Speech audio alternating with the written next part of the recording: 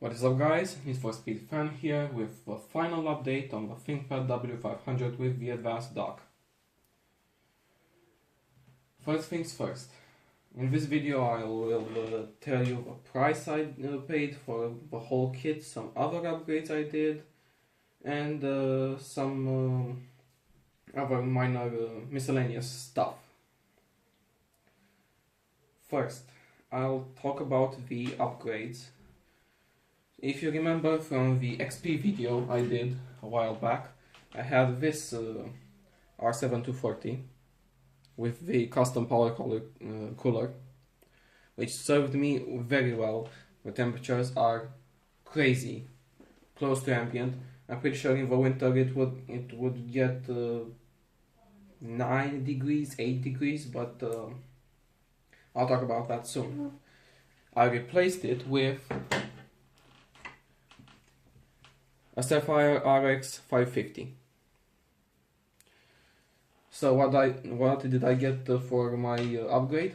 Well, higher clock frequency, higher memory frequency, 2 GB of GDDR5 RAM, and the result is basically much improved gaming performance. I'll put the card back in the dock. However, I have to tell you something else.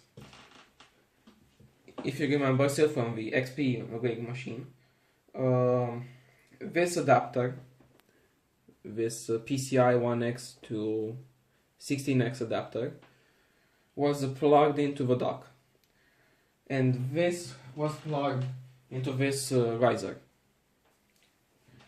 After some searching, I found on AliExpress, no doubt, an adapter for PCI 1X to 16X adapter.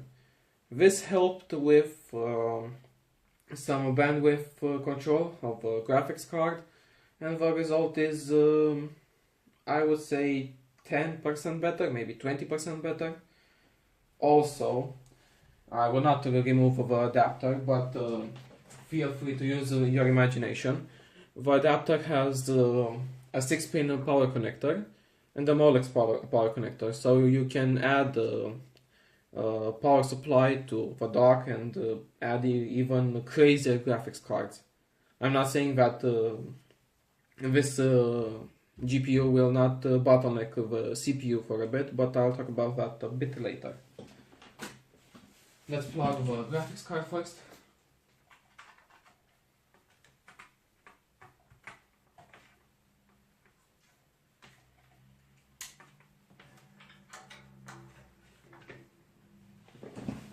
And I'll power up the laptop. For the price of a full laptop with the dock, with the graphics cards, with the SSDs, the CPU cooler, and the RAM, and all the stuff I did for it, it's around, I paid around $500 converted from my local currency. It's quite a lot, I know. It's very much for a 10-year-old laptop, 11 now. But I would go out on a limb and say this is the perfect portable eGPU system I have ever seen. The only thing that is not so great about this is the processor. I mean actually, because it's a dual core. Most Chrome applications will not go over 10 tabs, 20 tabs. The only solution is a quad-core CPU, but that implies some soldering on the motherboard, and it's not worth it. At least in my opinion, excuse me, it is not worth it. Let's talk about the GPU for a bit, because it's not quite plug and play as you might think.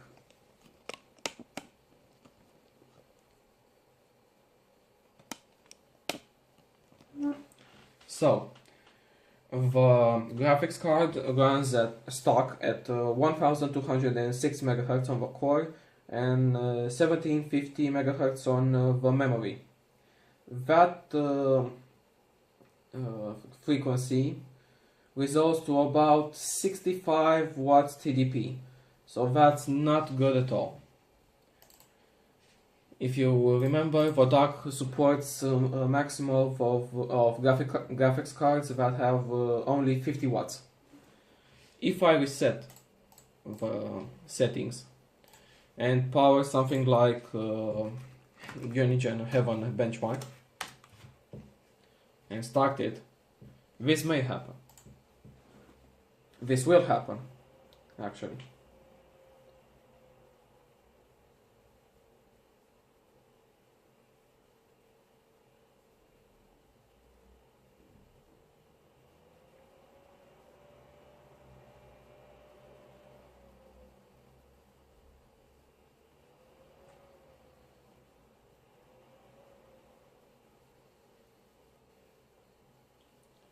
Well, that was unexpected.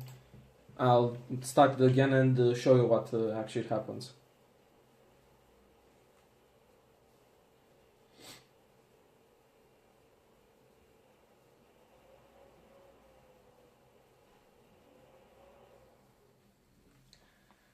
Yes, this will happen.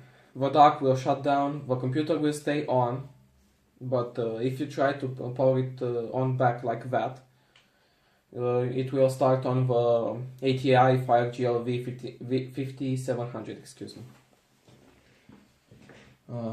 The only way you can plug it back in and without shutting off the power from the plug is to remove the laptop from the dock, wait around 5 seconds, put it back in, start it up.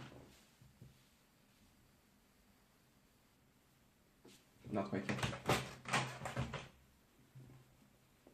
Maybe 10 seconds.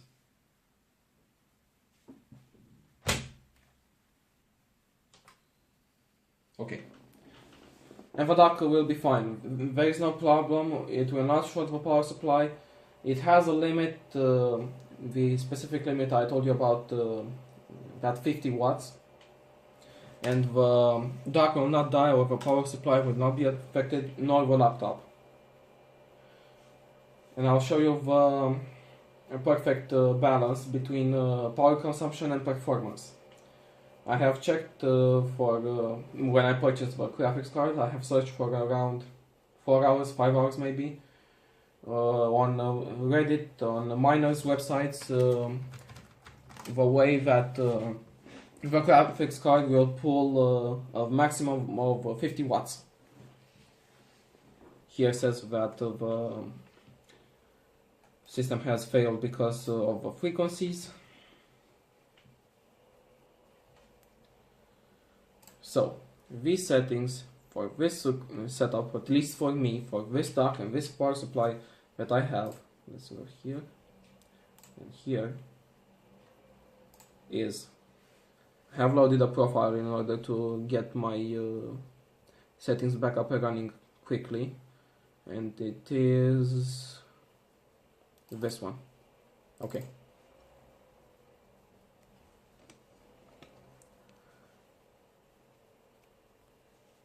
Okay.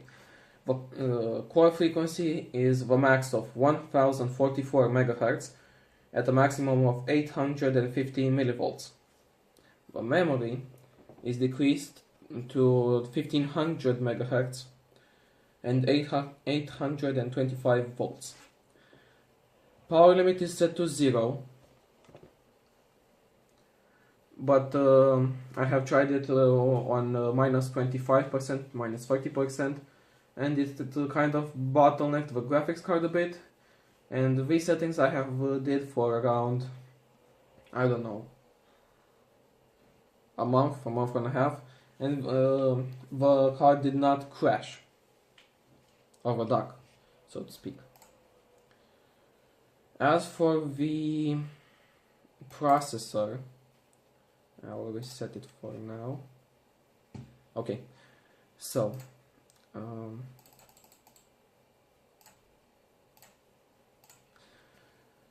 The perfect voltage for this processor, in order to have the best performance and the best heat output, is and stable. It's 1.1875 volts at the stock frequency of a processor, 3.06 gigahertz. If you're insane, and I was, this is the result I did around a month ago with no problem. Let me check the picture. Okay. So I did 1.3375 volts at 3.73 gigahertz. This is crazy. This is not recommended. This is suicide. And it gave me the Cinebench score of 191. I would not suggest going so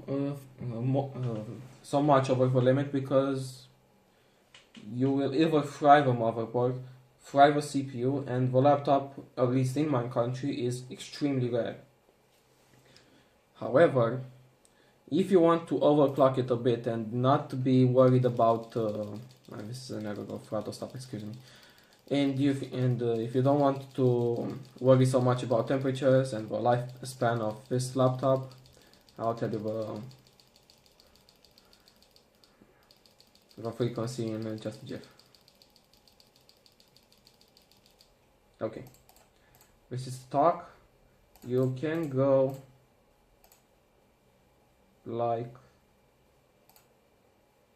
this. 1.275 volts at 3.45 gigahertz. It's the perfect combination. The temperatures do not reach above 85 maybe on a hot summer day. Now it's almost the beginning of October, and the temperatures are fine. And you do not have any problem with that. Let me save a configuration. For battery performance, I have chosen 1 volt at 1.6 gigahertz. The laptop with the extended battery and the Ultra Bay battery inserted, it gave me about 4 hours, maybe 4.5 hours of use, which is kind of nice for such an old laptop. And for those intensive Chrome tabs, the best solution I found is 1.1 volts at 2.8 gigahertz. I'll close photo stop for now, or at least minimize it. So now, games.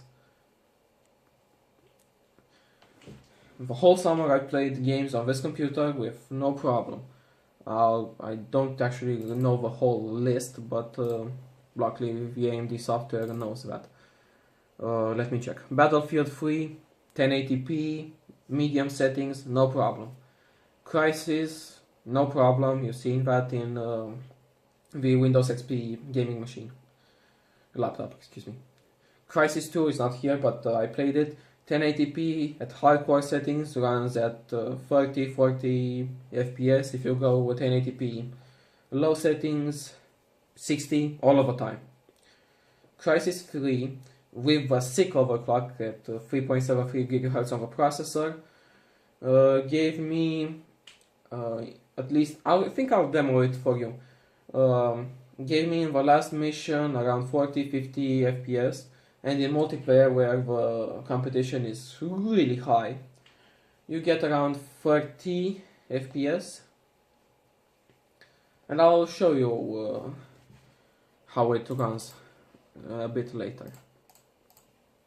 Just save it here. Okay. Crysis Warhead, same as Crysis 1. Dead Space 1, excellent. Dead Space 2, haven't tried it, but basically runs great. Dead Space 3, excellent. I don't think I actually tested it with VRX, but with VR7 I ran it at 1080p at medium to high settings, and it wasn't any problem. Devil May Cry, haven't tried it with VRX. Driver San Francisco ran well at 1080p at low settings, I think. Mass Effect 2, Mass Effect 3 at high settings 1080p. Mass Effect Andromeda will not work because of a dual core processor. I tried the max, it is not possible. Mirror's Edge runs great at 1080p, medium to high settings. Need for Speed Hot Pursuit, max settings. Need for Speed Varan, I don't think I tried it on the RX. But all other Need for Speed games work flawless. Let me check if I tried some other games on Origin and Steam.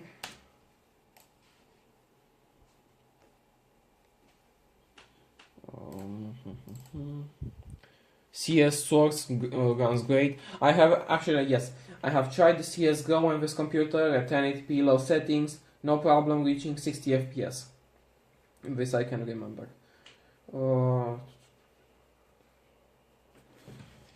Let's see on Steam. Yes, I have also played Dirt Rally and same, no problem. I tried it on the R7 and it worked at 1080p at low settings. With the RX, I think it will be a lot better. Some other games I tried from Steam. I don't think so. Let me check. Recent.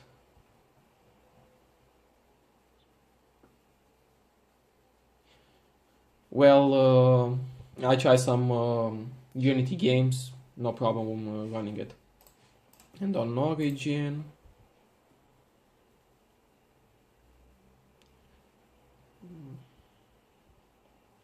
no, nothing else. As you can see now, I have removed the graphics card and switched to the Intel integrated graphics that the laptop has. Sorry I had to interrupt the video, a lot of things happened until this moment and I wasn't able to talk so much about the laptop. Time did not allow me to do so. So, last time I talked, I explained the possibilities of the RX 550 and they are pretty good, as you can see. And the only problem that I haven't told you before is that you will not be able to run Windows XP. That means there are no graphics drivers for XP. I have tried injecting them with the old Windows 7 x86 drivers. That didn't work. Inserting the INF file directly in the System32 folder, that didn't work as well. So yeah, the only solution is Windows 7, 8, 8.1, 10. However, I do have here Linux. Whoops. Yeah, I have a Linux Mint 19 Mate edition, and works flawless with all the graphics card I have integrated Intel ATI or the R7 or the RX. That's not a problem. The final thoughts on this computer, I'm not sure what to say. I'm very pleased with it, it's certainly well. And I am saying that because this laptop will be sold somewhere in December. It has been reserved. And this might be the last time you will see this.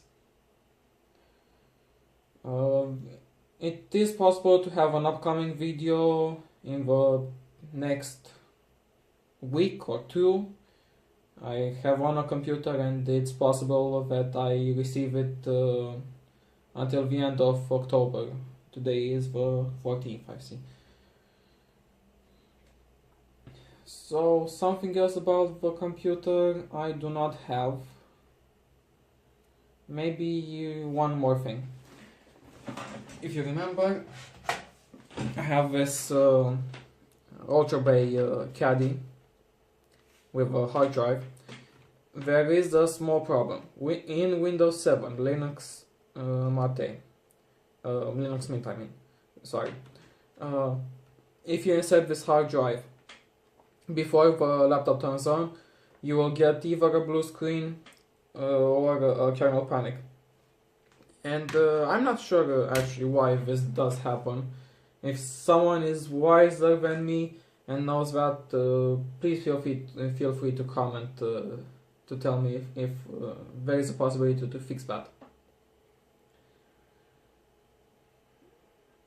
yeah, that's about it.